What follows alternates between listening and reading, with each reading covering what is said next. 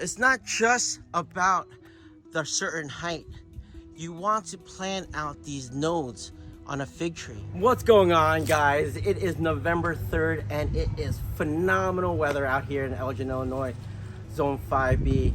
I'm on a quick lunch break, but I thought this was the perfect opportunity to go ahead and do this pruning video. If this is your first time joining us, I'm Homer from BasementFigs, and in today's video, we're gonna go ahead and talk about pruning. And more particularly here, we're gonna talk about pruning an in-ground fig tree. The first thing we wanna understand about pruning, what we're really trying to do in a really quick explanation is we're trying to open up the canopy here. We wanna make sure that the sun is hitting as many parts of this plant so that photosynthesis can happen. The first thing I wanna do, guys, is I wanna make sure that I kind of get an overall look on the tree and kind of in my mind already plan what I want to do. It is an in-ground Chicago Hardy. I've had it for 5 years. This is going to be its 6th winter here. Every year it's been a struggle, nothing but dieback. Last year I actually got a little success. We have 1, 2, 3 branches that formed out of the surviving wood from last year. There is pretty much 5 branches that are coming out of the ground. We have the main trunk, and then we have 4 scaffolds that are coming out from the base there. Pruning can be tricky if you make it tricky. What I highly suggest you guys do is make those decisions that are easy to make right away, and then back up, look at the tree again, and go from there. So here's some quick things that I see from the tree that I want to take care of right away. Any branches that are sticking out, I want to go ahead and cut off. But the idea is I'm going to hopefully have this pillar that opens up and it has a wider canopy. That is the goal. Again, that all depends on if these branches survive. We're going to go ahead and take all of these figlets off, and we're going to do something really cool with it. So make sure to subscribe and stay tuned for that video. I got my clippers, I got a bucket, and we're gonna go ahead and get all of these unripened figs off the tree. Man, a lot of figs, guys, that didn't ripen. We got a good amount. We'll go ahead and save this. So let me talk about plan A. Plan A is, in a perfect world, what we're trying to do is, I don't know if you guys can see this in the middle here. We have a single branch which has a nice scaffolding that's happening there. I mean, it is nearly perfect. We couldn't plan it anything better. And that our goal here is just try to save that. These 4 other scaffolds that are coming up on the sides, they're kind of like a contingent plan, just in case that doesn't make it. All right, so we're gonna go ahead and take our clippers, and we're gonna go ahead and make some easy decisions here. So any branches that are kind of sticking out, I'm gonna go ahead and start trimming, and then we'll go from there. What I'm trying to do is cut them at an angle so that any moisture that gets on there will kind of slide off. Here's a branch that we wanna cut off, guys. So I just take my clippers. This is the easy part. All of these are easy decisions for me. Again, you'll see one back here. Here's another example of a branch that we're not gonna keep. Pretty much what we're doing, guys, is we're going ahead and just trimming off any branches that are sticking outside of my circle here.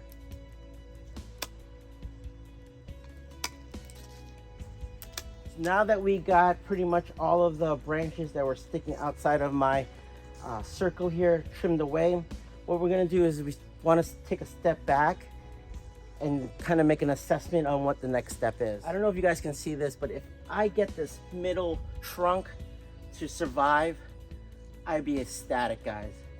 It just has the most perfect shape for a fruit tree.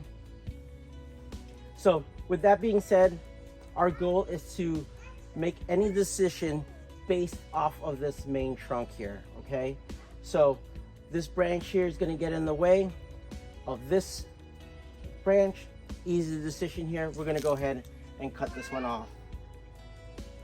It's a beautiful day, guys. The girls are playing, so I apologize if they're making some noise, but it is what it is. Everyone's having fun. Any branch that's crossing is another reason to cut it. So which one do I want to keep? This one or this one?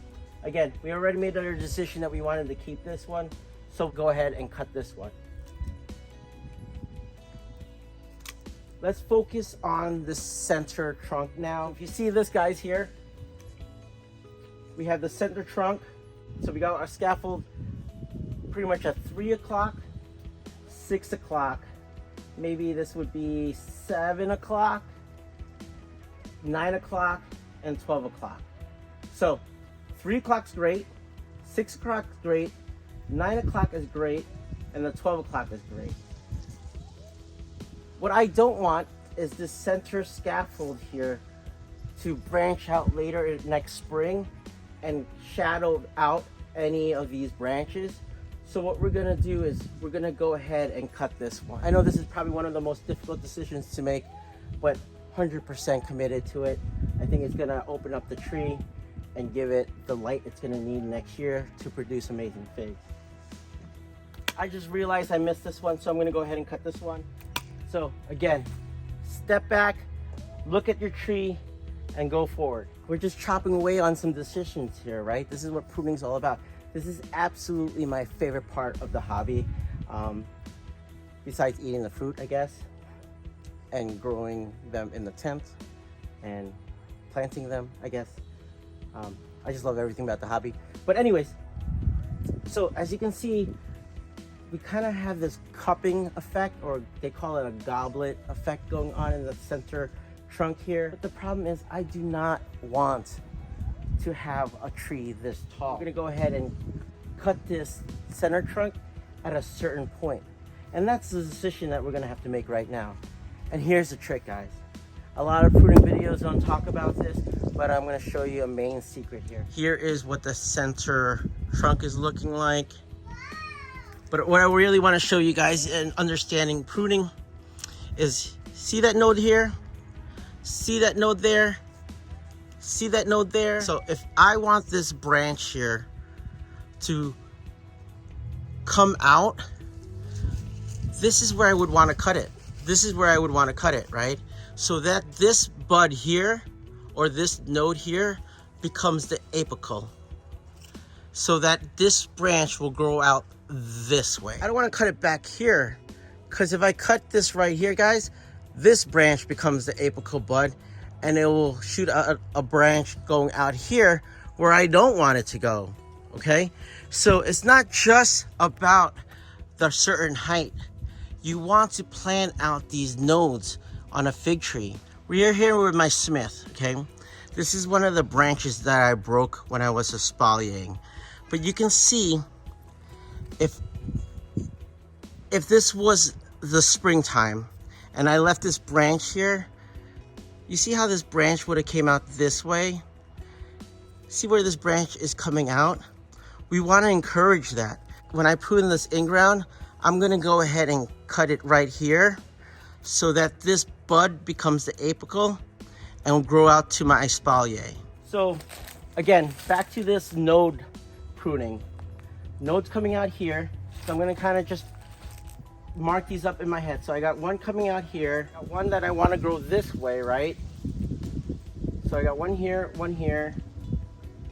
Here's the decision I'm making here. This node is going to grow this way, and this node is going to grow this way. These two branches are already too close to each other, and I'm going to hopefully train it next spring. So what we're going to do is keep this branch.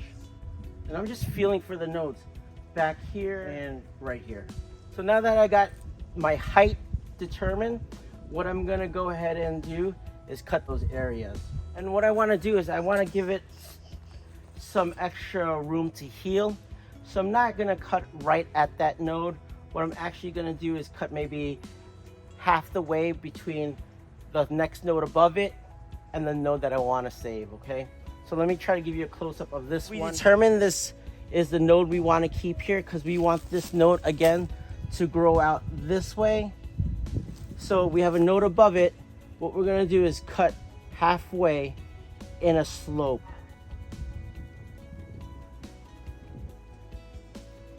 So here is another one. We determined we want to keep this node here We have a node above it, so we're gonna go ahead and cut halfway on a slope. I'm just gonna go ahead and go around the tree. We're gonna go ahead and cut this one here, halfway point. See, here's another decision here. This node here is probably a perfect node angle, but it's a lot lower than the other scaffolds. What you're trying to do is try to keep them even. So we're gonna go ahead and keep this one, and then we'll train it out this way.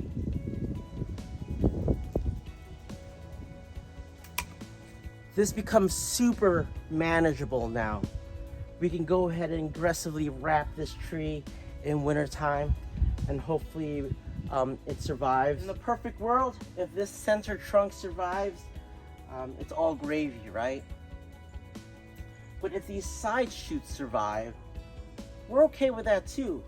But what we want to do is we want to think about the form of the tree if these do survive.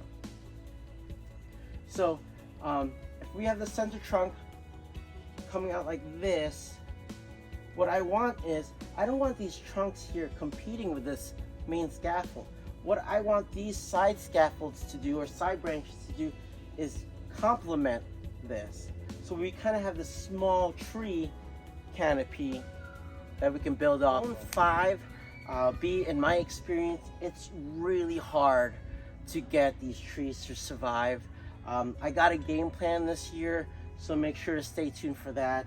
And we're gonna wrap this baby up really good. I got some tricks up my sleeve. But so again, I'm loving the center scaffold. I think we made every decision right. What we want to do is, again, have these complementary scaffolds on the side just in case, contingency plan. So, and we're gonna attack it the same way we attacked this branch, and pay attention to where these nodes are. Okay, so I got a node back here, node over here, doesn't work. I got a node here. Maybe we can grow out this way, because if it's not this node, the next node would be all the way down here, and I think that's just too low. So we're gonna go ahead and make the decision to cut this branch right here. Okay, we wanted this out of the way when we wrap it. We don't want it to get in the way, so we're already gonna take it away, so might as well do it now. That's the node, and that's where we want this canopy or this future scaffold to come out of. So we'll go ahead and cut this. Same thing, we'll go ahead and take this stake out. I don't know about you, but I think it's looking awesome. What we're gonna go ahead and do, attack these back ones here. I'm really happy. I can't say it enough. Look at it. It looks phenomenal. Again, I got some tricks up my sleeve. I think this is gonna be our best chance, and if it doesn't, it is what it is. Zone 5B, I'm not just destined to have figs in the ground, and I'm okay with that. I have the plants in pots, I got plants in my grow tent, so life is good, guys. That is the tree.